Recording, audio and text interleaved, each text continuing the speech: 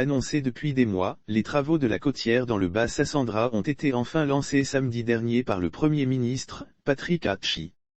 Le chef du gouvernement a procédé à San Pedro au lancement des travaux de renforcement de la côtière, pour faciliter les échanges économiques et commerciaux entre les deux poumons de l'économie ivoirienne. Les graves crises politico-militaires qu'ont connues la Côte d'Ivoire, n'ont pas permis de donner à cet axe majeur, l'entretien qu'il aurait fallu au moment où il aurait fallu. Au point que nous en sommes arrivés à un tel niveau de dégradation. Ce tronçon réclamait en termes de renforcement la somme de plus de 300 milliards de FCFA.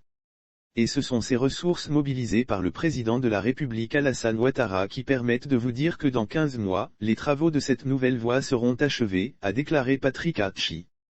Pour le locataire de la primature, le renforcement de la côtière présente non seulement de gros enjeux et opportunités économiques, touristiques et sportifs pour la Côte d'Ivoire, mais il sert également d'outil d'intégration sous-régionale, en ce sens que c'est un maillon du réseau routier communautaire à travers la Trans-Côtière qui part de Dakar au Sénégal à la frontière du Nigeria.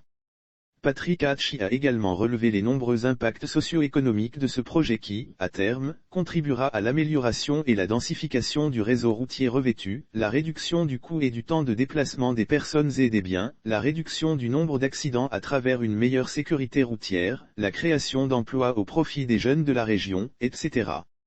Le ministre de l'Équipement et de l'Entretien routier, le très en vue, Amédée Kofi Kwaku a indiqué que les travaux de renforcement de la route côtière longue de 353,5 km sont répartis en 3 lots et attribués à 3 entreprises. Le tronçon Songon, Dabou, Grand Laou, 93 km, l'axe Grand Laou, Fresco, 80 km, et le tronçon Fresco, Sassandra, San Pedro, Grand Bérébi, 180,5 km. En outre, les localités traversées bénéficieront d'un linéaire de voirie de 72 km, dont 25 km dans la ville de San Pedro.